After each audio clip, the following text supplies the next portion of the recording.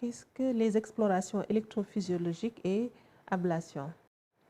Waaw exploration électrophysiologique ak ablation donc ay techniques je dirais pas que yu bees la yoo xam ne dañ koy utiliser pour gën a saytu fonctionnement wu cœur bi donc exploration électrophysiologique bi day permettre ñu enregistrer signaux wu xol bi mais signaux yoo xam ne dañ koy jëlee ci biir xol bi parce que électrocardiogramme ECG dañuy jël signaux yi mais à partir disons ci kaw ci der bi mais bii moom ci biir xol bi la ñuy recueillir signaux yi léegi ablation tamit beneen technique la boo xam ne suñu defee exploration électrophysiologique ba pare léeg-léeg mën nañu suñu gisee yenn anomalie mën nañu continuer daal di def benn ablation donc ablation bi principe ablation déroulement bi donc principe ablation mooy suñu gisee benn par exemple benn anomalie boo xam ne ñu xam ne lii anomalie bi li ko indi mooy passage ci benn zone donc su boobaa dañuy def benn genre brûlure dañuy xaw a détruire tuuti zone boobu donc destruction boobu mën nañu utiliser le froid mooy li ñuy wax cryothérapie wala mën nañu utiliser tamit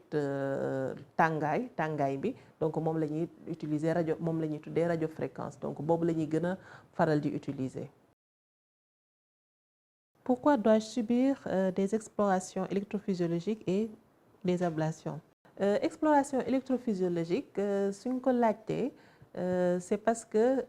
su nekkee benn patient boo xam ne par exemple day def malaise ñu bëgg a xam est-ce que effectivement soxla na pacemaker benn appareil bi ñuy wax pacemaker su boobaa mën nañ def exploration électrophysiologique fekk dañuy def électrocardiogramme ECG def Holter bi yooyu mais ak échographie cardiaque suñu defee yooyu ba pare te ba léegi leerul su boobaa nag si la ñuy soog a dem def exploration électrophysiologique mën nañ ko utiliser tamit bu dee ñi nga xam ne dañuy def li ñuy wax ay arythmie mooy yenn arythmie yoo xam ne su continuer mën na sonal xol bi donc su boobaa dañuy def exploration électrophysiologique pour arrêter de façon définitive arythmie yooyu mais tamit pour que patient bi éviter di continuer di jël yenn type garab yi anti-arythmique yi nga xam ne on sait que yenn garab yi à la longue mën na indi yenn effets secondaires yi donc dans ce cas si la ñuy demander ñu def exploration électrophysiologique avec plus ou moins benn ablation te tamit donc suñu defee exploration dina tax ñu gën a xam gën a comprendre donc mécanisme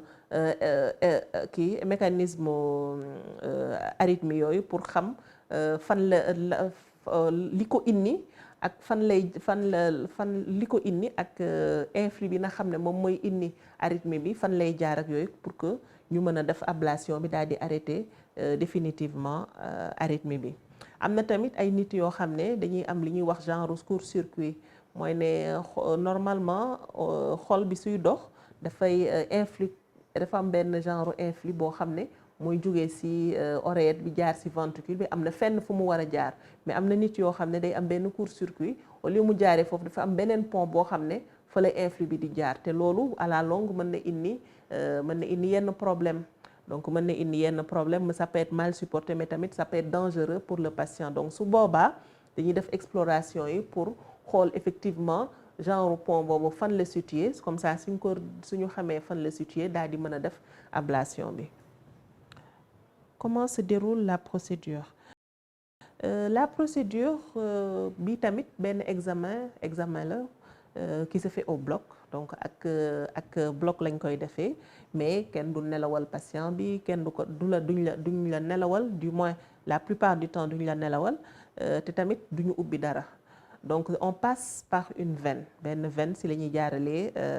les sondes cathéters yi nga xam ne ñooy tax ñu mën a enregistrer les signaux donc le patient day nekk à jeun donc on peut l'hospitaliser le jour même de l'intervention wala mën nañ ko hospitaliser la veille donc dañ koy sang ak benn solution bétadine pour vraiment désinfecter yaram bi yépp daal di donc dañ koy raser parce que comme dañuy jaar ci veine fémorale donc ci kanamam dañuy raser foofu donc nettoyer ko bu baax après daal di def benn ponctionner veine bi ñuy wax veine fémorale donc si la ñuy jaarale les cathéters sonde yi yoo xam ne dañuy ak examen radioscopie dañuy xool progression wu sonde bi ba xam ba sonde bi àgg ci xol bi donc ñu placer ko donc suñu ko placer après cathéter yooyu day relier ak am na câble boo xam ne day relier cathéter yi ak benn ordinateur donc ordinateur boobu ci la ñuy gis signaux yi donc ci la ñuy mën a def ay test xam exactement arythmie bi fan lay jaar ak nan lañ ko mën a arrêter. Dois-je prendre des médicaments après une ablation? Donc après ablation d'habitude ablation yi day tax ñu arrêter ñu arrêter arythmie bi donc arythmie bi daal di taxaw donc su boobaa effectivement médicaments yi nga xam ne moom lañ doon jël pour arythmie bi yooyu dañ koy arrêter mais léeg-léeg nag mën na patient bi mën na jël li ñuy wax ay anticoagulants donc anticoagulants yi xam naa dina am benn délai boo xam ne da koy jël bala ñu koy arrêter et puis tamit am na ñoo xam ne dañ koy continuer parce que en dehors de arythmie bi am na yeneen indication yoo xam ne day tax il faut mu jël anticoagulant mais la plupart du temps suñ la defalee ablation yi ba pare ablation surtout pour yenn trouble du rythme yi suñ la ko defalee ba pare après danay arrêter médicament antiarythmique yi